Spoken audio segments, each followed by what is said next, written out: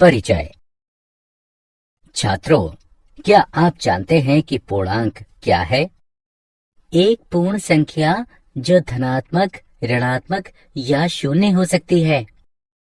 सही। और पूर्ण संख्या क्या होती है? संख्याओं का वही समुच्चय जिसमें शून्य और सभी प्राकृतिक संख्याएं हों। बहुत अच्छे। आज हम वास्तविक संख्याओं के बारे में पढ़ेंगे। वास्तविक संख्याएं परिमेय और अपरिमेय संख्याओं से बनती हैं। वास्तविक संख्या पद्धति के कई उपसमुच्चय पूर्णांक, प्राकृतिक संख्या या पूर्ण संख्या होते हैं। आइए वास्तविक संख्याओं के बारे में विस्तार से अध्ययन करें। उद्देश्य। इस पाठ के अंत में आप निम्न करने में सक्षम हो जाएंगे। यूक्लिड की विभाजन प्रमेयिका को बताना, अंकगणित को आधारभूत प्रमेय को समझाना, अभाज्य गुणनखंडन विधि से प्रश्नों को हल करना।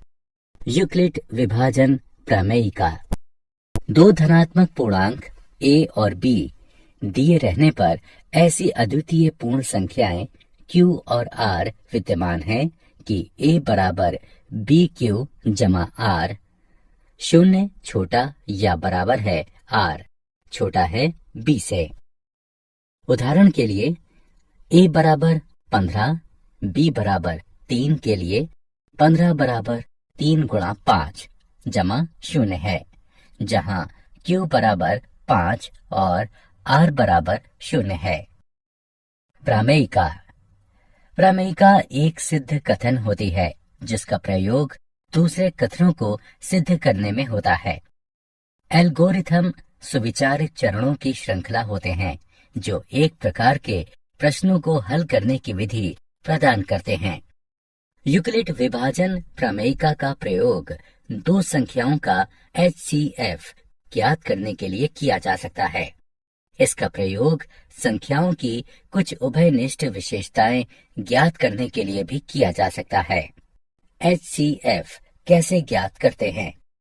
दो धनात्मक पूर्णांकों C और D, C बड़ा है D से, का HCF ज्ञात करने के लिए हमें निम्न चरणों से इसका अनुसरण करना होता है। चरण 1। C और D पर यूक्लिड विभाजन प्रमेयिका का प्रयोग करिए। इसलिए हम ऐसे Q और R ज्ञात करते हैं कि C बराबर DQ जमा R हो। चरण 2। यदि R बराबर शून्य है तथा D, C और D का HCF है। यदि R शून्य के बराबर नहीं है तो D और R पर विभाजन प्रमेयिका का प्रयोग कीजिए। चरण 3। इस प्रक्रिया को तब तक जारी रखिए जब तक कि शेषफल शून्य न हो जाए। इस स्थिति में प्राप्त भाजक ही वांछित HCF है। HCF परिकलन का उदाहरण। आइए यूक्लिड एल्गोरिथम के प्रयोग से 455 और 42 का HCF ज्ञात करें। हल। चूंकि 455 बड़ा है 42 से, इसलिए हम 455 बराबर 42 गुणे 10 जमा 35 प्राप्त करने के लिए 455 और 42 पर यूक्लिड की विभाजन प्रमेयिका का प्रयोग करते हैं। शेषफल शून्य नहीं है, इसलिए हम 42 और 35 पर प्रमेयिका का प्रयोग करते हैं। 42 बराबर 35 गुणे 1 जमा 7। अभी भी शेषफल शून्य नहीं है, अतः हम 35 और 7 पर विभाजन प्रमेयिका का प्रयोग करते हैं। 35 बराबर 7 गुणे 5 जमा शून्य। हम देख सकते हैं कि शेषफल शून्य हो गया है और हम आगे नहीं जा सकते। इसलिए 455 और 42 का HCF इस स्थिति में विभाजक यानी 7 होगा। यूक्लिड के प्रमेय का उदाहरण।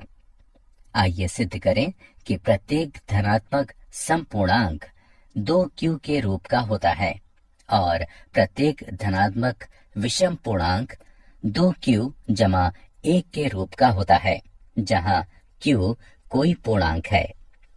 हल।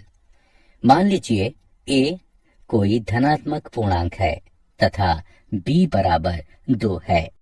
तब यूक्लिड विभाजन एल्गोरिथम से ऐसे पूर्णांक q और r हैं इस तरह से कि a बराबर 2q जमा r, जहां 0 छोटा या बराबर है, r छोटा है 2 से। अब 0 छोटा या बराबर है, r छोटा है 2 से, अर्थात 0 छोटा या बराबर है, r 0 छोटा या बराबर है 1 से, अर्थात r बराबर 0 या r बराबर 1, जो कि r एक पूर्णांक है। इसलिए a बराबर 2q या a बराबर 2q जमा 1। यदि a बराबर 2q है तो a एक धनात्मक पूर्णांक है।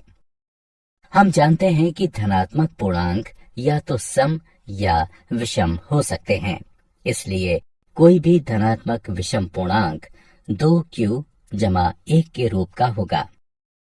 अंकगणित की आधारभूत सिद्धांत। मूल विचार यह है कि 1 से बड़ा कोई भी पूर्णांक या तो अभाज्य संख्या होता है या अभाज्य संख्याओं के गुणन से बनाया जा सकता है। इस प्रकार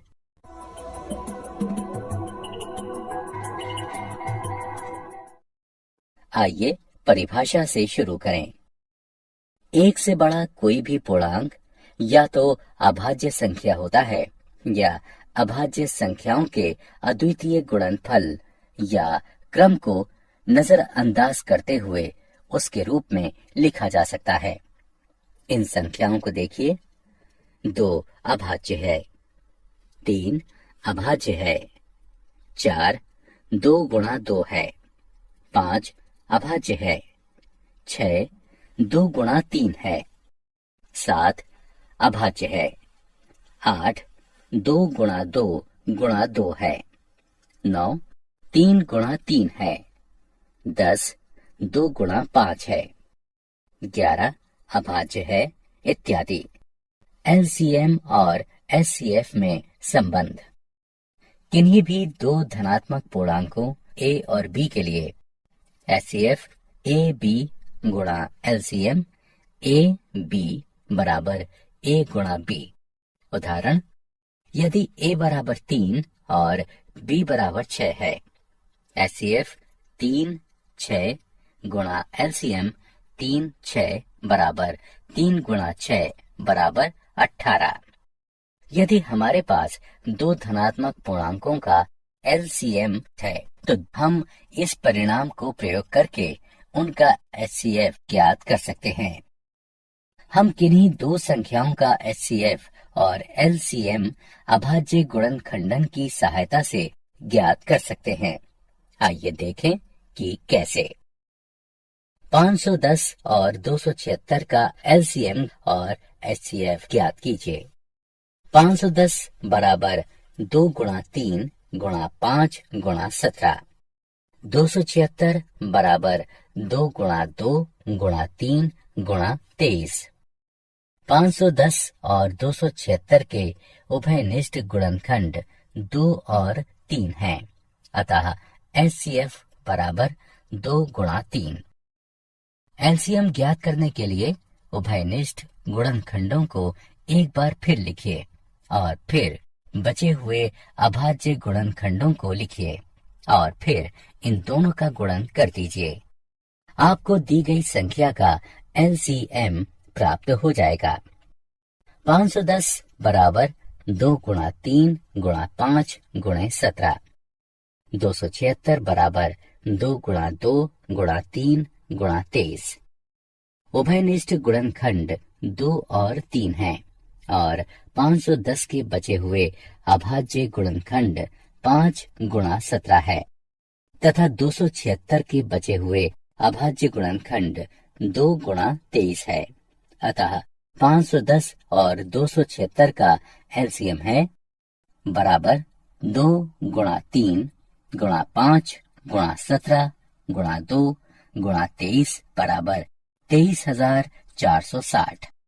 आइए देखें कि एलसीएम और एचसीएफ के गुणनफल और स्वयं उन संख्याओं के गुणनफल में क्या संबंध है।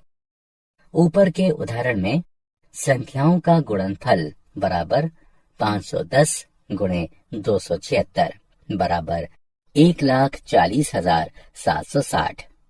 एचसीएफ और एलसीएम का गुणनफल बराबर 23,460 गुणा 6 बराबर 1,40,000। उदाहरण, दो संख्याओं का एलसीएम 126 है। यदि एक संख्या 18 है और संख्याओं का एचसीएफ 2 है तो दूसरी संख्या ज्ञात कीजिए। हम जानते हैं कि दोनों संख्याओं का गुणनफल बराबर होगा उनके एलसीएम और एचसीएफ के गुणनफल के, यानी 18 गुणा x बराबर 126 गुणा 2। यहाँ x दूसरी संख्या है, यानी x बराबर 126 गुणे 2 बटे 18 है, तो x बराबर 14 होगा। अंकगणित की आधारभूत प्रमेय का उदाहरण दिया है। 306 और 657 का एचसीएफ बराबर है 9 के, तो इनका एलसीएम ज्ञात कीजिए। हल, हम जानते हैं कि दो संख्याओं के एचसीएफ और एलसीएम का गुणनफल स्वयं उन संख्याओं के गुणनफल के बराबर होता है। इसलिए 306 और 657 का एचसीएफ गुणा 306 और 657 का एलसीएम बराबर होगा 306 गुणा 657 के, जो कि बराबर है 9 गुणा 306 और 657 के एलसीएम के। अर्थात इसे हल करने पर हमें एलसीएम प्राप्त होगा 22,338। मूल्यांकन। आगे बढ़ने से पहले आइए जानें कि आपने क्या सीखा है। अभाज्य गुणनखंडन विधि से 6, 72 और 120 के एचसीएफ और एलसीएम के परिकलन को सही विकल्प चुनकर पूरा कीजिए। क्या आप जानते हैं 17वीं शताब्दी में सर्वप्रथम डेकार्टे ने बहुपदों के मूल को व्यक्त करने के लिए रियल शब्द का प्रयोग किया और उन्हें इमेजिनरी संख्याओं से अलग किया। कार्ल फ्रेडरिक गॉस को प्रायः गणितज्ञों का राजकुमार कहा जाता है तथा उनका नाम आर्किमिडीज और न्यूटन के साथ सर्वकालिक महानतम गणितज्ञों में लिया जाता है। उनका गणित और विज्ञान दोनों में मौलिक योगदान है। सारांश। आइए हमने जो कुछ सीखा है उसे संक्षेप में दोहराएं। यूक्लिड विभाजन प्रमेय का दो धनात्मक पूर्णांक a और b दिए रहने पर ऐसी अद्वितीय पूर्ण संख्याएं q और r विद्यमान है कि a बराबर bq जमा r, जहां शून्य छोटा या बराबर है r से और b r से बड़ा है। यूक्लिड विभाजन एल्गोरिथम। ये यूक्लिड विभाजन प्रमेयिका पर आधारित है। इसके अनुसार किन्हीं दो धनात्मक पूर्णांकों a और b, जहां b बड़ा है a से, इसका एचसीएफ निम्न प्रकार ज्ञात किया जा सकता है। चरण 1, विभाजन प्रमेयिका का प्रयोग करके q और r ज्ञात कीजिए, जहां a बराबर bq जमा r, शून्य छोटा या बराबर है, r छोटा है b से। चरण 2, यदि r बराबर 0 है तो एचसीएफ b है। यदि r बराबर नहीं है 0 के तो b और r पर यूक्लिड प्रमेयिका का प्रयोग कीजिए। चरण 3, इस प्रक्रिया को तब तक दोहराते रहिए जब तक कि शेषफल 0 ना हो जाए।